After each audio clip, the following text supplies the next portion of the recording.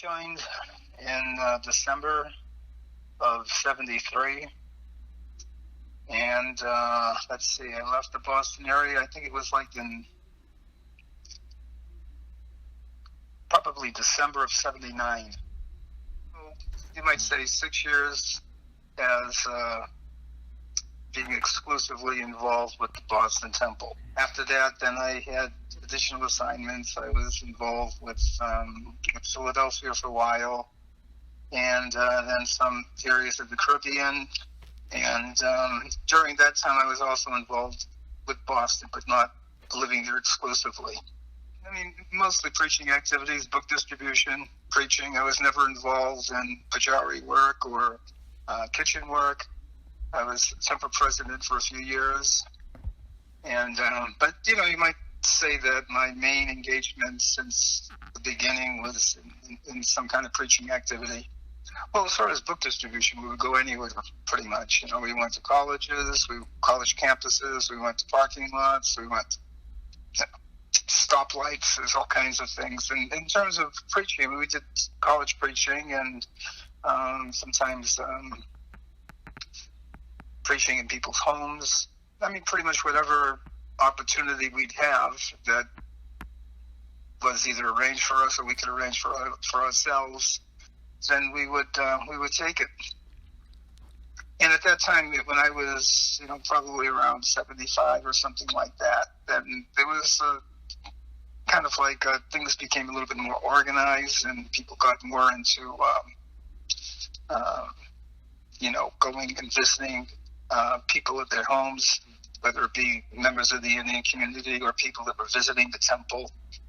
And again, you know, pretty much with any opportunity we had, we didn't discriminate. You know, I liked preaching at the colleges. It was always nice because college students were open and receptive, and they asked good questions. So it was, you know, kind of like, I would think that was my favorite in terms of having an engaging type of interaction with the people that we were preaching to.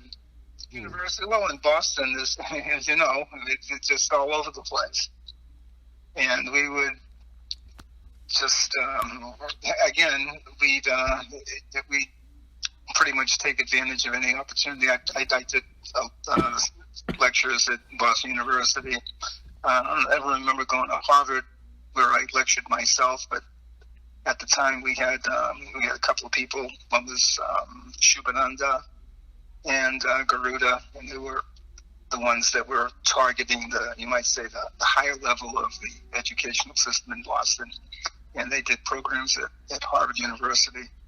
I remember at the time we had some contacts with Diana Eck and who was the other guy? I can't remember his name. Harvey Cox. So that was kind of like a structured program that we would have every year, doing lectures at Harvard Divinity School. But I never gave them personally. But apart from that, we went to Brandeis, we went to Northeastern. We would pretty much go to any university that would allow us to go in and give a lecture. And Boston being what it is, it was just unlimited. It was just fantastic. We would, again, with a young, receptive audience, there'd always be one or two people there that would be interested, and it was very common that we'd do a lecture somewhere and we'd find a couple of students that we had just lectured to coming to the temple and on the Sunday feast or something like that. I wouldn't say we made all kinds of devotees at the time. You know, the idea of making a devotee was to get them to give up everything and move into the temple. That didn't happen very often with college students, with the exception of one college, and that was the Berkeley School of Music. For some reason, that was kind of like a gold mine for us. We do programs there, and I don't know how many devotees were made from that particular school. When I say made, I mean actually, you know, giving up whatever it is they were pursuing and moving into the temple. So for the most part, it was great. It was definitely I would think probably one of the, you know, the top, most effective preaching programs that we had at the time. And again, that was, you know, more or less targeted to people that had no experience or idea about what Krishna consciousness was. And then parallel with that, again, was with the Indian programs where you had people that were very familiar with Krishna consciousness, at least in terms of Hinduism and their background and, that kind of thing. That was a little bit different. And that was also geared differently in that we rarely expected that kind of preaching would lead to people moving into the temple. So, anyway, my summary of preaching in Boston was that it was probably one of the better places in the world, among the best places in the world to preach, just by virtue of the fact that you had all these young people just ready to hear something new, and with an open mind, they would sit and listen to a lecture and ask questions. Some were really impressed to the point where they took it seriously, and some were not. But I think most were left with a pretty good impression. Also, one thing about that time, when I was in Boston, that was really you might say one of the mainstays of our preaching was the Boston Commons. We go out there. When I first joined the temple, that was what our preaching was. We go to the Boston Commons and we chant. We try to distribute magazines and mostly magazines, and sometimes Bhagavad Gitas and Dhotis. It was just the most straightforward and open program, and Boston Commons was great because you had all these students that would come, and just people in general. It was just might say the perfect environment for doing that. And as time went on, we kind of became a little more sophisticated, where we would go out and rather than just standing and chanting and running around distributing books, we would do the same thing, but we used to set up where we had like a little bit of amplification. We'd have harmonium, and of course Madanga and cartels, and sometimes we'd have one of these guys that came in from Berkeley School of Music, and they would there was one guy, Vidura, who was studying violin, and he used to bring his violin. There was another guy, I think his name was Palahita, who was studying sitar, and he'd bring his sitar, and it was just a much more sophisticated presentation, and that was just fantastic. And then of course we distributed prasadam at the same time, but that was that was just probably one of the most exciting preaching situations I can remember in my years of preaching in Boston. At the time, I remember I was the temple president, and a good friend of mine who joined the temple just about the same time as myself. His name is Purushata. He was a very good musician, so it was kind of like a nice combination. He would take care of the musical part of it, I'd take care of the preaching part of it, and together in the Boston Commons, we'd kind of go out there, and during that time, we really made quite a few devotees. Yeah, well, Naranjan and myself, we joined almost at the same time. Okay. Yeah. So my earliest years of Krishna consciousness was, he and I together on Sankirtan, together on Harinam. I mean, it was, we were very close as friends, and it kind of continued all the way through my years as an active devotee. I remember when he joined maybe a couple of months before me. So in the beginning, I was on his Sankirtan party out on book distribution. He didn't really, he was a little bit more shy than I was, I think, as far as book distribution goes. So later on, I became the Sankirtan leader. He was on my party. But we've always been, pretty close, both in terms of the time that we joined the temple and I would say in terms of our progress in Krishna consciousness. And Naranjana was, he had a nice voice. He was a good musician, played harmonium. He was really fantastic as far as, that aspect of preaching. So that was, really something that was really nice as, you might say, a partner to what I would do. I wasn't such a great kirtan leader or anything like that, but I was, I guess for the most part, I was okay at preaching and presenting the philosophy. I became temple president in, I think it was the end of 1975. Yeah, I think it was. I think it was like at the end of 1975. And I stayed as temple president. Maybe it was the end of 1976. And I stayed as temple president until the end of 79. And at that time, what happened was that, there was a whole new kind of designation created within ISKCON, and it was called regional secretary. So the regional secretary was kind of like, you might say,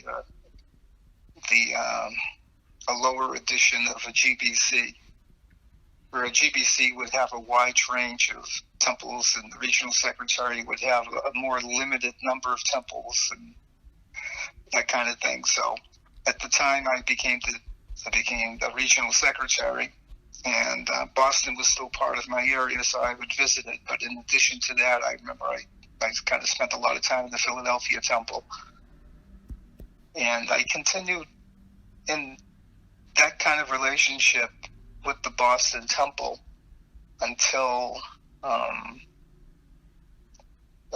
would have been until 1982. No, even beyond that, about 1984, I think.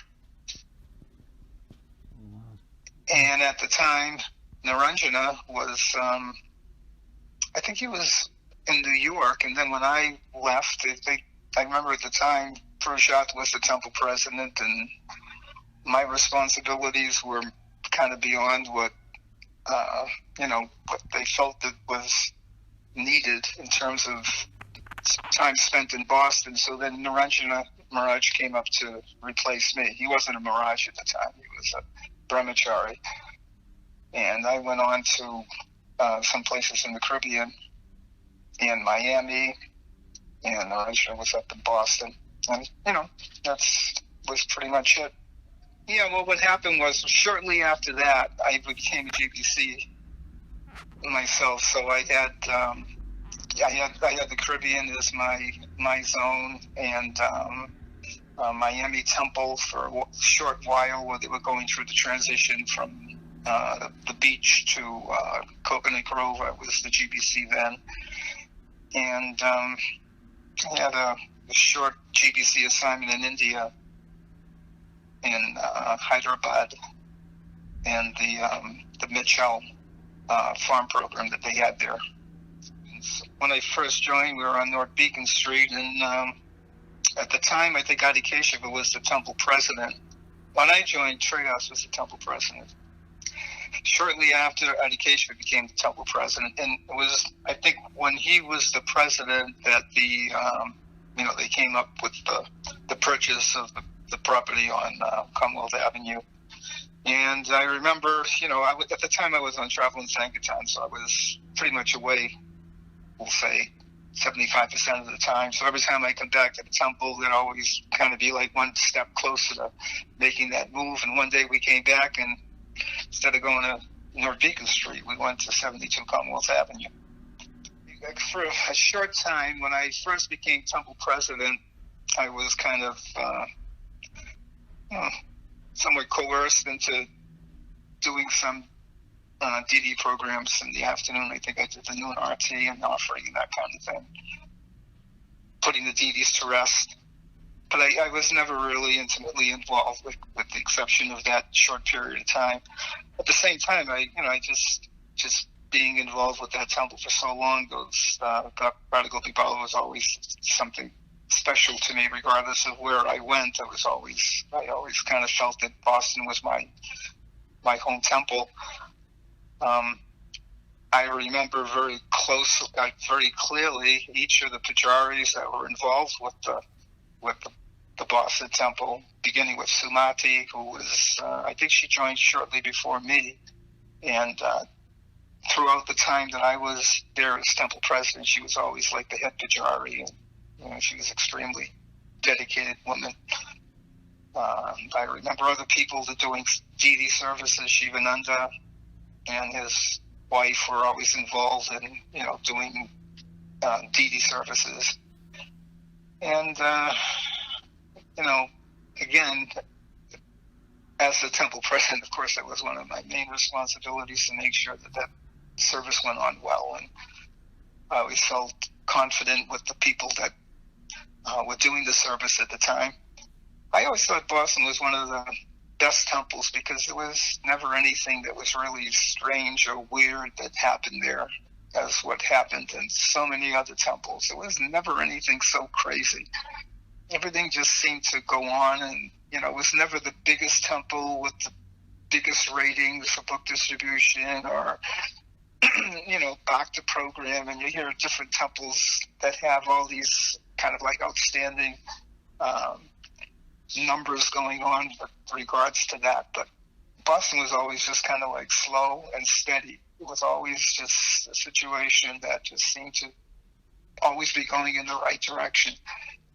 A couple of times we had GBC members that were temple presidents that were, they just kind of fell by the wayside. But as far as the temple was concerned and the direction that it was supposed to go in, it always went in the right direction. It just didn't have any real fantastic things about it that you could kind of put in a Sankirtan newsletter.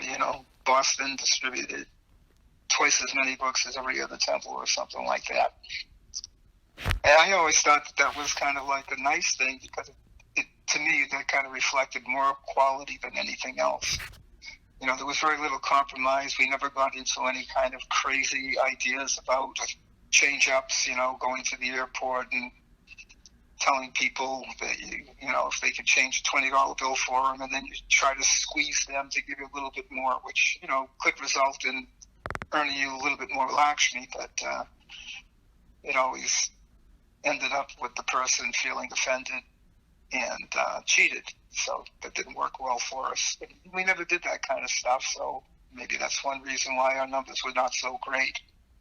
But anyway, the temple always seemed to fare well. I don't ever remember a big crisis at the temple where, something had happened and we had to figure out what to do. But I would think, that at least during the time I was there, the only thing I can remember that was really like a crisis was with the, the deprogramming issue, which basically started in Boston when we had a young lady sue the temple for, I can't remember what it was at the time, but it was an amount that was far beyond what we could ever pay or afford if the case went in her favor, and it was Susan Murphy. In fact, I remember her very well because when I was visiting the temple, at the time I was just in my late teens, and she was, I think, 13 years old or something, and she was visiting the temple at the same time. And that was the only thing I can remember that was kind of like the big news. If there was anything that was big news about the Boston temple, it was with the deprogramming thing. And there were a couple of devotees at the time that were subjected to deprogramming. One was Basa Gopal.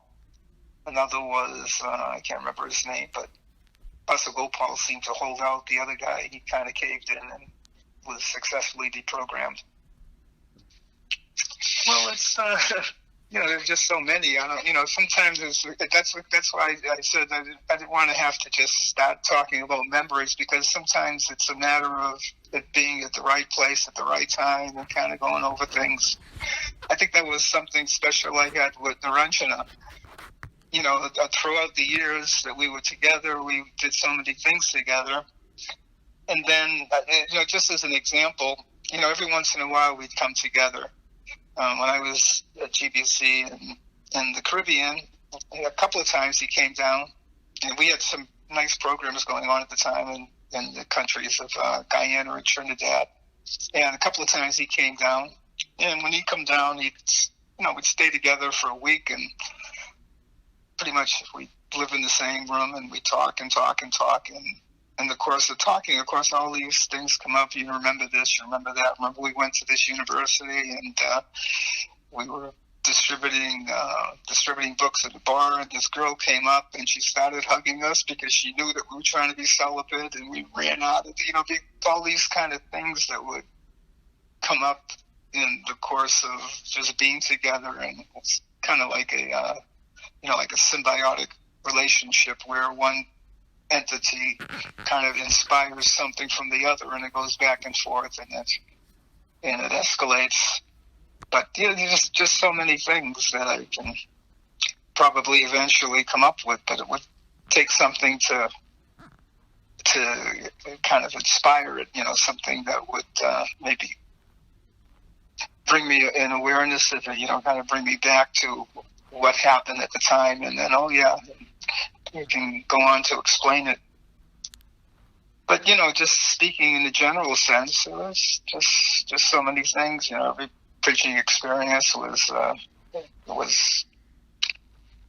that I can remember was always rewarding.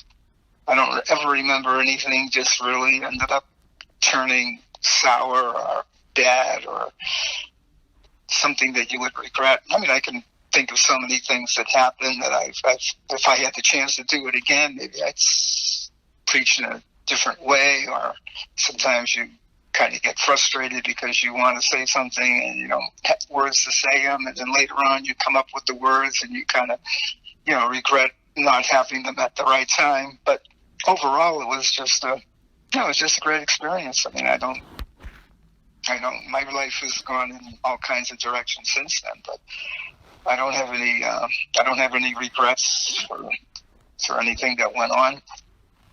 And I guess that's one thing also. Sometimes you hear newer devotees, and there's a lot of bitterness because of certain things that have happened and disappointments. And I guess I was lucky enough to not be subjected to anything like that.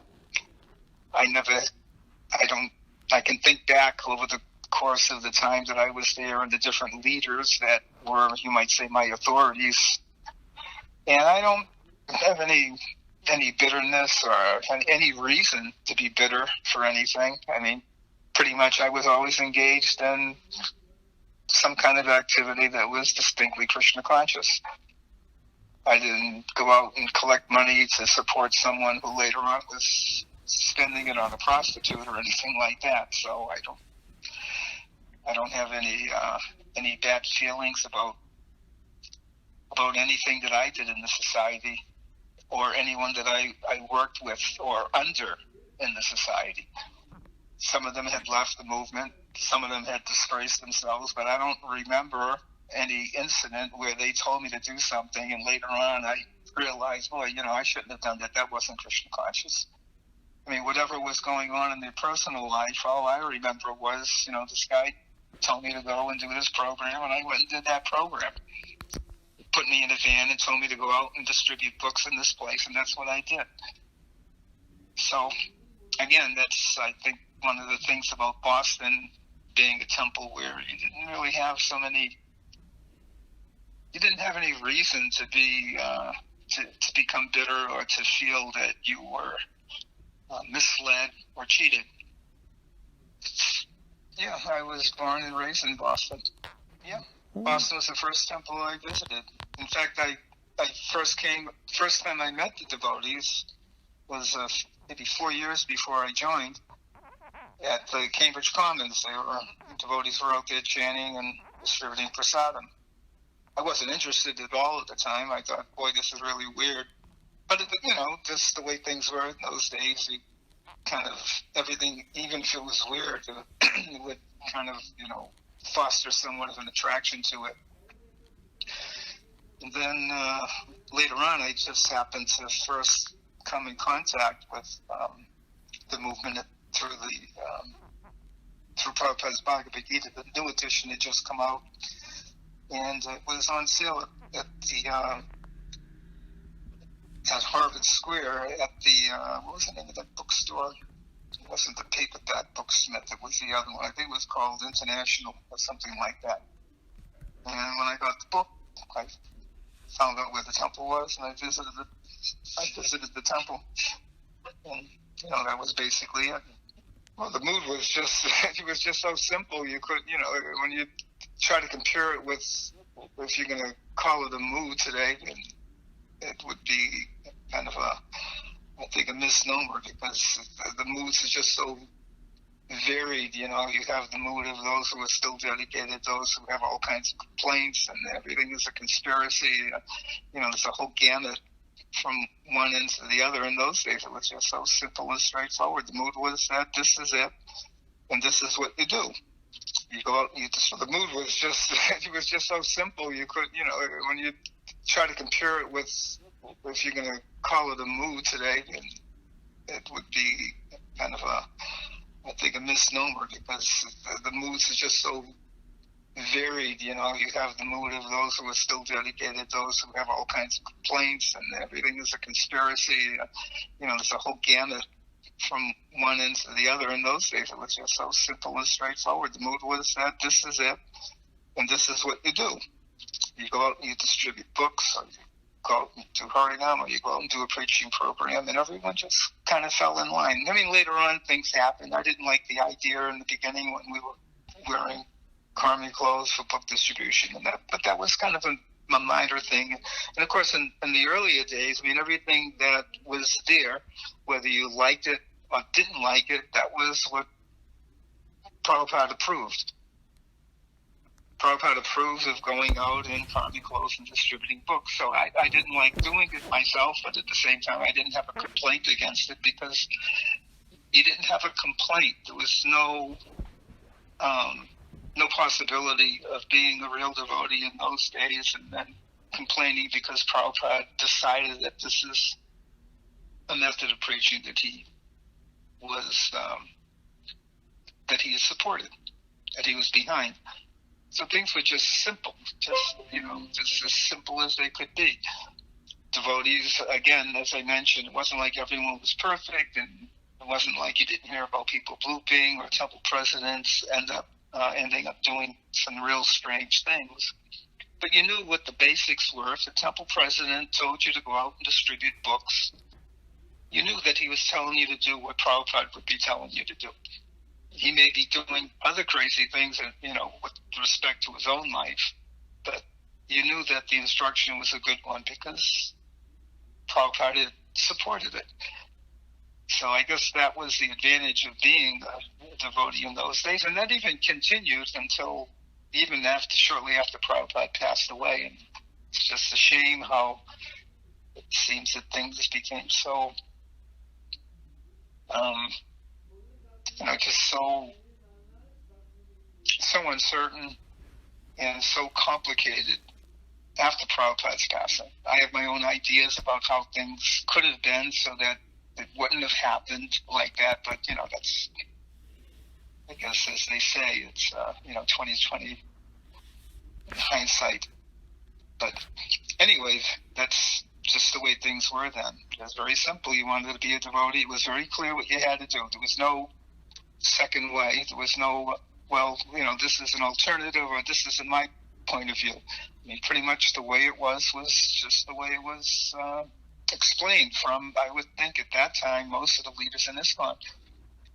There was some strange things about some zones and some places where, maybe New Vrindavan is an example, where things seem to be always a little bit, a little bit off-center. But for the most part, and especially, like I said, in Boston, the way things were, it was just always just very clear, straightforward, no confusion. There was nothing to be confused over. If there was confusion, it was because you were confused about the philosophy, or you didn't have the determination to do what had to be done. It was never a case, is it supposed to be this way, or is it supposed to be that way? The way it was supposed to be was the way everyone understood it. I've really been kind of, you might say, leading my own life, and I'm not really